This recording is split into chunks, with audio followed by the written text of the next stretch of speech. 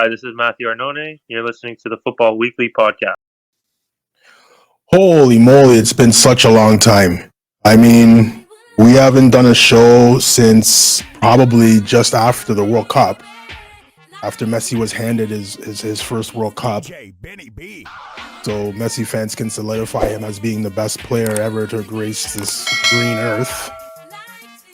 It's hilarious because when he didn't have a World Cup, it didn't matter that he didn't have a World Cup. But now that he has a World Cup, that's the thing that puts him over the top. Can't talk to Messi fans. Can't talk to them. Not saying that he's not a great player. Not at all. Not saying that at all. But if you haven't watched all the players ever play, then how can you call someone the best ever? I don't know. That's just the way I look at it. Again, I'm an older guy, so I don't know. But that's the way I look at it. If you're gonna take you have to take the whole sample size. You're gonna say something the best ever. But anyways. Guys, Football Weekly podcast. I mean, again, no show since end of the World Cup, which is just before Christmas, I believe. We're in May now, so it's a good 6-month hiatus we've been on. So much has gone on, so many opinions. Juventus, Man City, the Arsenal, what they're doing in the EPL. Serie A, Napoli winning the Serie A. TFC, the TFC tire fire. Unpopular opinion. Bernadeschi and Insigne are garbage. Get into that at the end of this. Get into that towards the end of the show. There's also some things I want to talk about as far as being able to watch sports. The way things are going now, to be able to watch sports in this country it's getting out of control. And we'll get into that too towards the end of the show. Not going to keep you long. Famous last words. I wanted to make this a 30-minute show. It's probably going to go an hour, but that's how it goes. That's how it goes on the Football Weekly podcast. But to start off, if you had told me at the beginning of the season Arsenal would finish second in a title fight, not second 20 points behind first, in a title race, 1, 2, 3 points away from Man City, finish second, and play brilliant football, and Xhaka might be the player of your season, could be one of the players of the seasons, I would have given you everything I had for that. So, I mean, for people to come to me and send me messages that Arsenal are bottle jobs because they had an 8-point lead and this and that. Listen, this project is probably 2 years ahead of where it should have been. Mikel Arteta's only been here for 4 seasons. In his fourth season, we're battling Man City. You know, finishing 8th twice in a row his first 2 seasons, finishing 5th last season. And then to be where we are this season. And meanwhile, not breaking the bank like some managers have to win, right? So, I mean, it's great. It's great to see. I would have taken that. I would have signed the paperwork. Thank you very much. I'm out of here. It's been a great season. I was at one of our indoor leagues that we play in. I don't know, a couple of weeks ago on a Friday night, and one of the players brought their kids to the game, and I think I was wearing an Arsenal hat or maybe the Arsenal track pants or something like that. And he goes, "You're an Arsenal fan?" Oh yeah, I'm an Arsenal fan. Oh, those guys are bottle jobs. I mean, this kid's like 8 years old talking about bottle jobs. Like, where did you learn that? And it's just you know, when an 8-year-old is hearing that just means it has to be everywhere. There's no specific one place that he heard it. It has to be everywhere, and it's the totally wrong way of looking at what Arsenal is doing. They're not bottle jobs. They might not have the experience. They are the youngest team in the EPL by far, and they might not have the experience on how to win a league and how to hold a league, how to hold a lead in the league as far as positioning goes. If you go and look at who they're fighting, Man City, how many of those players are under 20?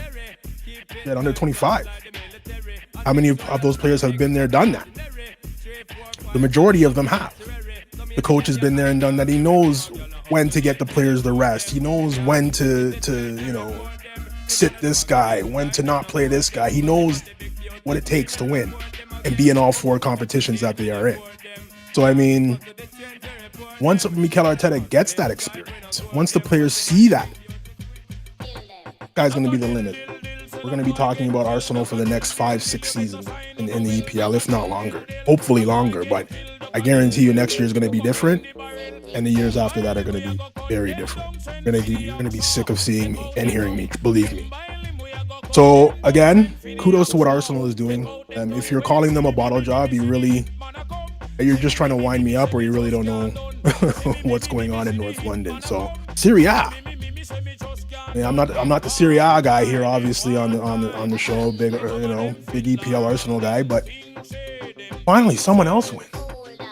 I mean, we're begging for this in Germany. It's just out of control what Bayern Munich is able to do every single year with every single coach they have. I don't think there's a special coach among them. It doesn't matter who coaches, they win. But I mean, for the Serie A, your also Rens, the Inters, the Milans, the Juventus. It's good to see Napoli win the Scudetto this year, and by a wide margin. Hopefully they can keep that team together and keep it going. I've heard rumors for Victor Osimhen in the 150 million territory. I mean, that's well worth it, I think. But hopefully they don't become a selling club. And they're able to fight for more championships going down the road. Speaking of Juventus, so I guess they appealed the accounting errors that they made that got them the 15-point deduction. I guess they appealed it and got the 15 points back, and now they're second place in the league. I think that UEFA, Serie A, it's great for Serie A. You need Juventus to be in the mix of league titles and making it to Champions League. Serie A needs those teams in there. I understand. But if you're cheating or if you're skirting the rules, you get caught. I mean, it should be case closed, jam done. Now there were accounting errors. The whole board resigned or whatever. They all left. I believe one of the sporting directors at Tottenham who was involved in that as well. He gets a 3-year ban or a 30-month ban or whatever it is. And it's okay. So obviously, when you resign and people are getting banned, there was something that went wrong. How they were able to appeal this, I'm not really sure how that works. But it'd be very interesting to see how this ends up, because there's a club in England right now that has 115 charges against them, but we haven't heard a peep about it in about 2 months, and that's of course the oil magnet that we call Manchester City. 115 charges against them for breaching FIFA fair play, this fair play, that thing, this thing. 115 charges. Haven't heard a peep about it. Very interesting to see what happens to that. The last time they were brought up on charges, they were able to bribe their way out of it. Let's be real here. They bribed their way out of it. And what myself, Jose Mourinho, Conte, even Zidane, what we don't understand is, if you're found not guilty of something, then why did they give you a fine? They fined them $10 million. But if you're found not guilty, why do you have to pay the fine? It's like getting a speeding ticket and then the judge dropping the ticket in court and then you still pay the fine? You still get fined? Well, how? So obviously there was something there. Why the full punishment didn't come down on them, who knows? But again, my personal opinion, I shouldn't say it, we all know. I say my personal opinion is a steel briefcase with some cashola was given to somebody somewhere, and Man City got away with it. So there's that. Going through this whole season with Arteta and what he's doing with these young players. Like, there's only a certain amount of coaches that can go take a young team and do what he's doing, and I think Mikel Arteta is one of them, obviously.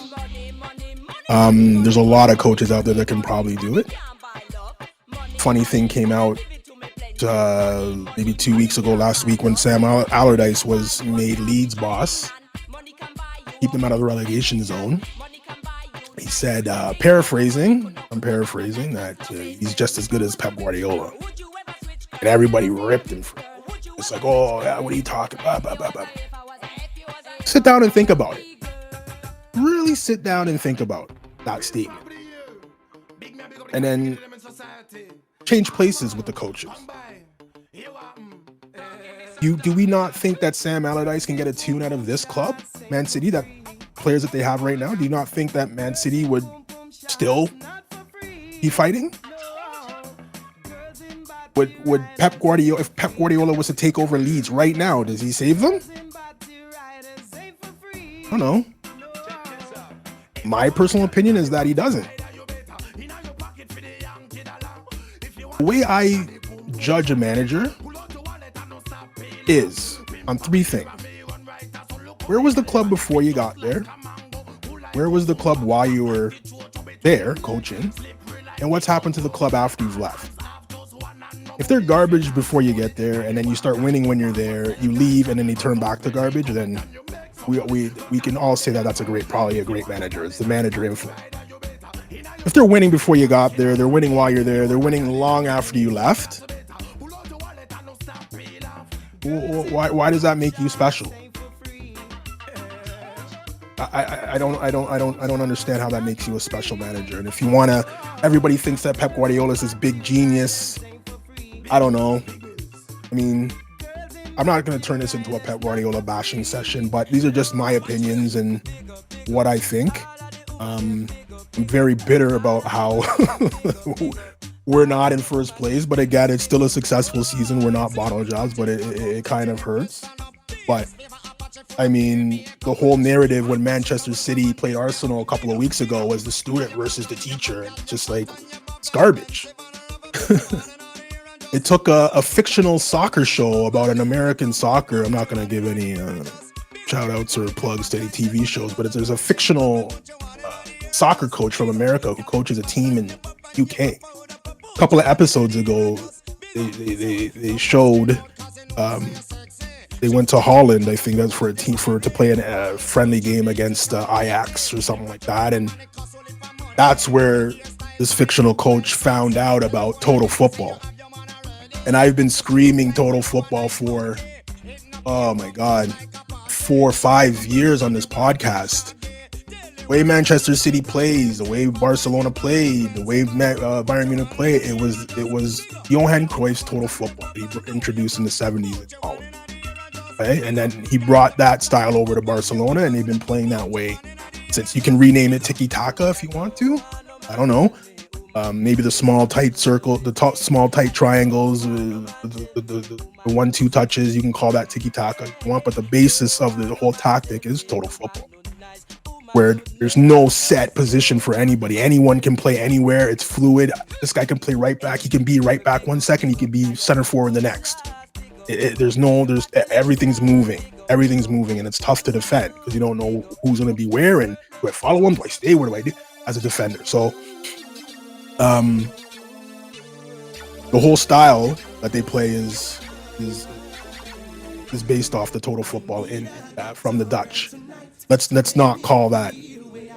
Let's not think that somebody's reinvented the game and played it a different way. It's all the same. All the teams are starting to play it now. It's just based on now if you're going to be successful on who your personnel is. Like if you're able to buy yourself a world-class player at every position, then you're probably going to win. If you're going to have to teach younger players, how to play the position, there's going to be growing pains. There's going to be losses, draws that you would think that, you know what, we should beat these guys every day of the week. You know, they're still learning Arsenal, and I'm talking about Arsenal. They're still learning the system. So, I mean, a well-oiled machine versus a machine. See what I did there? Well-oiled. I did. So that's the difference between the two. But getting back to what Sam Allardyce said, I mean, yeah, honestly, like if we look at the, and I'm sure it was a shot at Pep. Of course, it was a shot at Pep. But I mean, if you look at the track record, whereas he had a job where the team is thinking, you know what, we might lose, or the board's thinking, oh my God, we might not win anything. He's never been in a position where that is or could happen. He took over from Frank Rijkaard at Barcelona. I think Frank Rijkaard didn't win Champions League that year, so they fired him. Or I think they finished second and didn't win Champions League or something like that, and they fired him. And he took over that team. Like, what did he do there? He said to Ronaldinho, "Hey, listen, Ronaldinho, you're getting older. I'm going to replace you with this 19-year-old Argentinian guy. His name's Lionel Messi. He's pretty good." I mean, and then I'm going to put him and play him with Xavi and Iniesta. I'm a genius. I think Sam Allardyce could have done that as well. Took over Bayern Munich. Bayern Munich was winning Bundesligas and Champions Leagues and German Cups before he got there. He won the league 3 times when he was there. Coach after him won the league. The coach after that coach won the league. Coach after that coach won the league. So Tuchel just got there 2 months ago. He won the league. These guys don't win. These guys don't lose. So again, you're going from a successful beginning, successful tenure, and they're successful after you leave. So I mean, the tactics don't stay the same. The players stay the same. The tactics don't. So we have to give a little bit of credit to the players. You go to Man City and you buy whatever you want, pretty much. You have the ability to buy whoever you want to play this total football, Johan Cruyff tactic. And again, world-class players at every single position, they're going to be successful more times than not. So, a long way around to get to what Sam Allardyce said. I don't think it's as far-fetched as everybody thinks, in all honesty. It's tough to coach a team like Nottingham Forest, tough to coach a team like Chelsea, tough to coach a team like Southampton, where you don't have the best skill, but you're still fighting every week. You're still fighting every week to get results so that you don't get relegated, and it's tough. It's tough for some. I would love to see coaches like Klopp, Guardiola, and even Arteta.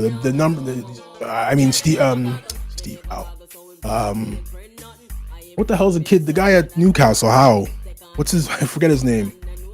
His last name's Howe. I forget his first name, but he's done it with Bournemouth. Now he's taken over Newcastle, and look where Newcastle are, fighting for a Champions League spot. So, and he hasn't really bought anything since he's been there. He didn't buy anything at Bournemouth when he brought them up and kept them here, and then took a bigger job at Castle. But I've seen him do it. I just don't think some of the coaches that I've just named can do something like that. Arsenal's a special case because they have young talent that they've brought through their academy. The Sakas, the Emil Smith-Rowe's. You can even look at what Joe Willock's doing at Newcastle. He's from the academy. Nketiah, Balogun, up there in the French league, scoring goals on loan for Reims. I mean, a lot of young kids coming through the academy, and they are special players, but you still have to hone them and teach them how to play and win in this league, and it's tough. It's tough. Do you think Ten Hag could help Nottingham Forest survive? I don't think so. I don't know. You have to have a big character to coach those teams. Sam Allardyce definitely has a big character. But I mean, again, if we were to put those coaches that I mentioned into that position, do they come out on top? Most people would sit there and say, yeah, slam dunk, but I don't know. Arsenal are playing tomorrow. They got Brighton at home. De Zerbi, what a coach. Graham Souness in the beginning of the season when Potter went to Chelsea and Brighton hired De Zerbi. I remember the quotes. He doesn't understand the English game. He's not going to succeed because he doesn't understand the English game. And I sit back and I listen to that, and it's like, well, Name me one successful English coach.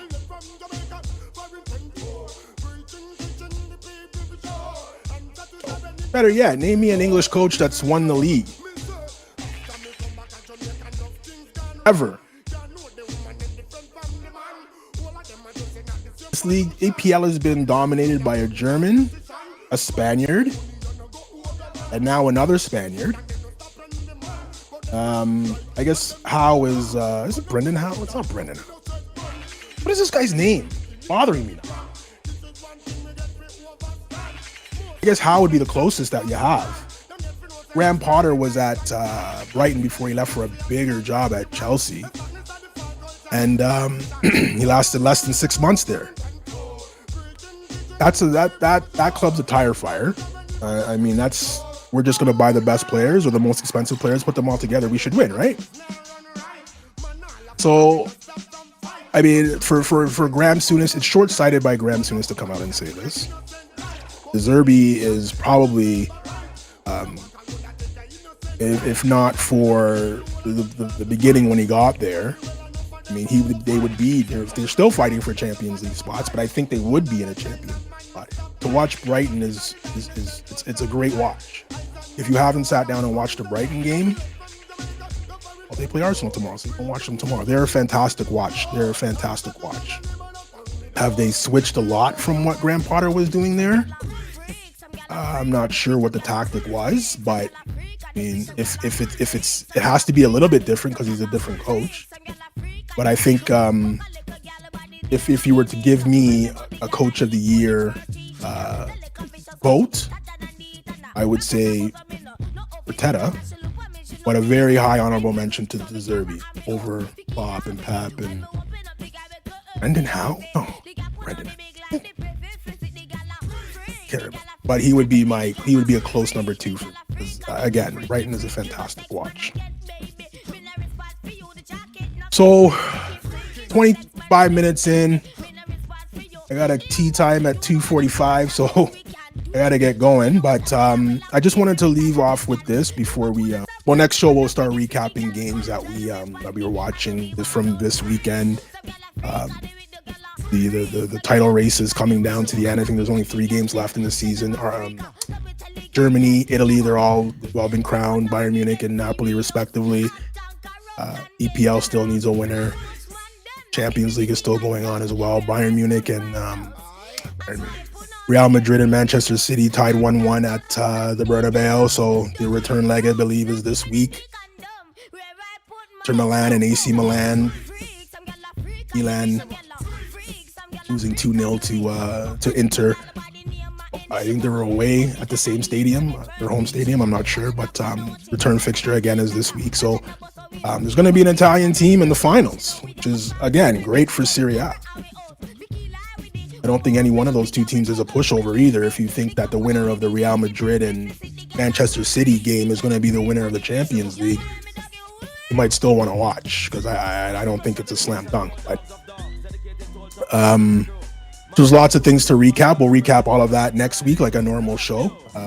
Just trying to get back into the swing of doing a show with you guys and getting all my opinions that I've been thinking about for the last 4 or 5 months out on our platform. But we live in this show is from Toronto, Canada, and it's very difficult to watch sports in this country, and I don't know why. Right? Blue Jays, the Toronto Maple Leafs, you can turn on a TV. If they're playing, you turn on TV, turn it on this channel, they're playing. No problem. This season, I don't blame TFC. But this season, the MLS has decided to give streaming rights to Apple TV. Okay? No problem. You install Apple TV, you can watch it. No. You have to get the MLS Seasons Pass if you want to watch it. I remember the first game of the season, I was, okay, TFC's first game. Let's go. Okay, boom. Turn on TV, turn on TSN. Hurling. TSN 2. Hurling again. Okay, TSN 3. Old CFL game. TSN 4. Usually TSN 4 will show. Okay. Montreal versus whoever they were playing in MLS. TSN 5. Really? Oh, no, it was golf. It was golf. On my phone. Oh, is the game tomorrow? Oh, game's it's 2 minutes into the game.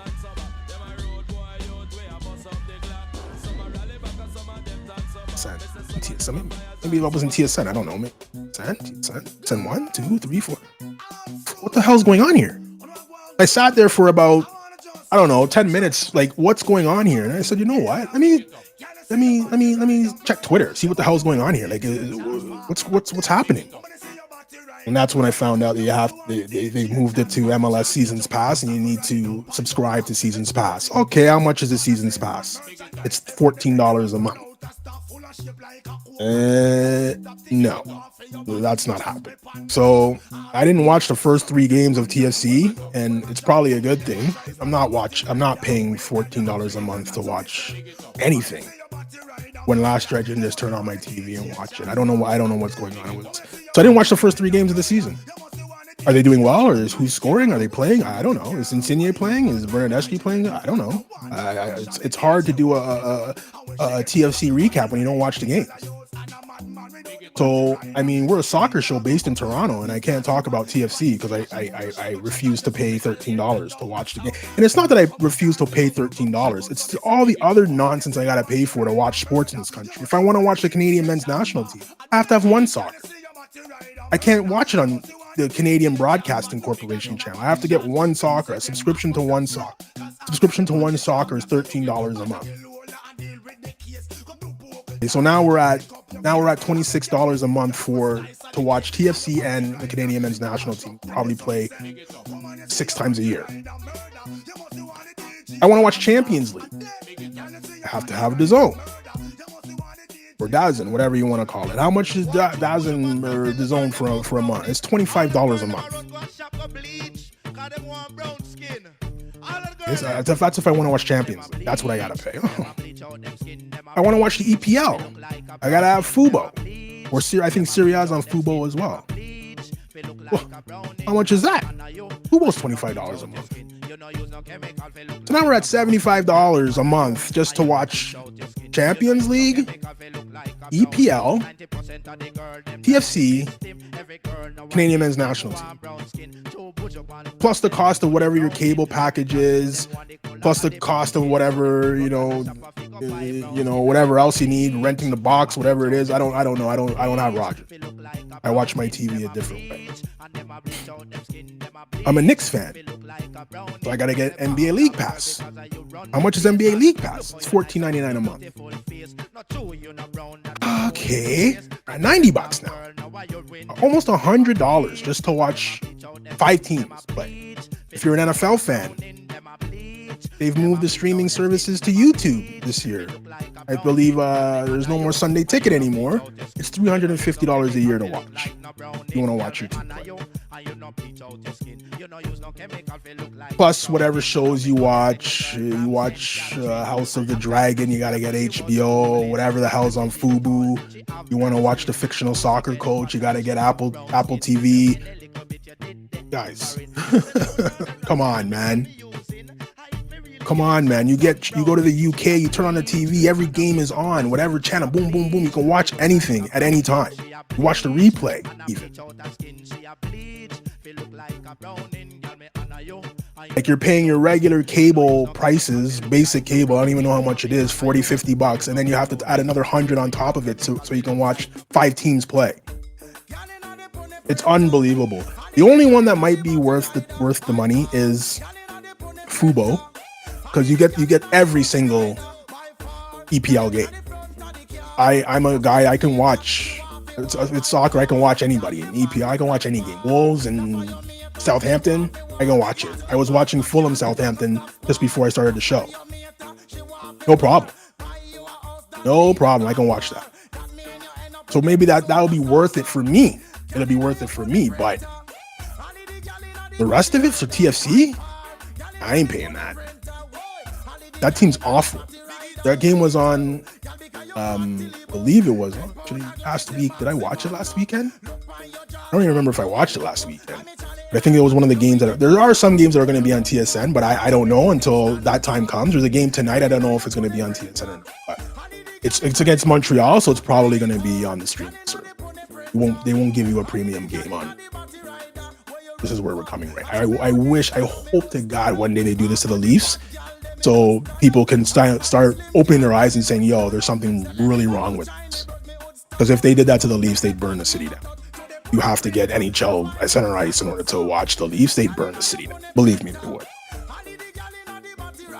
Yesterday wasn't a very good sporting day in this place. The Knicks lost in Game 6 to the Heat.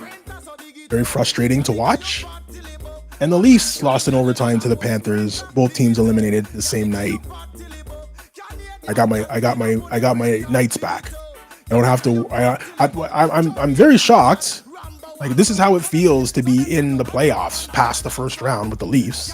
Like, usually we're already forgotten about them already because they've been out since Game 5 of the first round, and the Knicks don't make the playoffs. So it was okay. Let's watch soccer every Sunday. We'll watch the Jays a little bit. We'll wait for football to start, and it's May, and I'm still watching the Knicks and the Leafs. It's strange, but back to normal.